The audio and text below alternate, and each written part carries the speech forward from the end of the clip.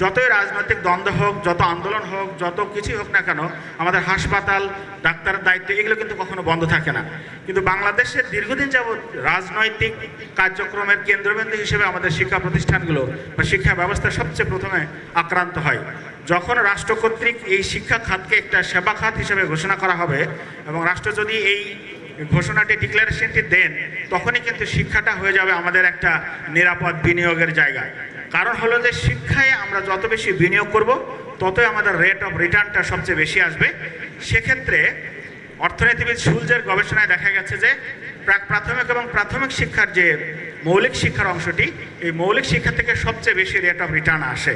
সে কারণে প্রাথমিক শিক্ষাকে সবচেয়ে বেশি, মৌলিক শিক্ষার জায়গাটাকে সবচেয়ে বেশি নিরাপদ করা দরকার এবং সবচেয়ে বেশি সেবা খাত হিসেবে প্রথমেই ঘোষণা করা দরকার, যেহেতু সারা বাংলাদেশের প্রাথমিক শিক্ষা জাতীয়করণ করা হয়েছে বেশ আগে থেকেই।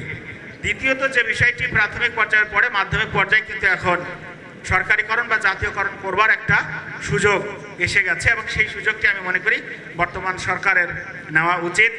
ধীরে ধীরে পর্যায়ক্রমে হলেও মাধ্যমিক পর্যায়টাও জাতীয়করণের মধ্যে নিয়ে আসা এবং এরপরে উচ্চশিক্ষায় আমাদের সবচেয়ে বেশি রাজনৈতিক প্রভাবটা বেশি। সেই দৃষ্টিকোণ থেকে যদি শিক্ষাকে একটা সেবা খাত হিসেবে ঘোষণা করা হয়, তাহলে প্রাথমিক থেকে উচ্চশিক্ষা পর্যন্ত আমাদের শিক্ষা ব্যবস্থাটা নিরাপদ হবে।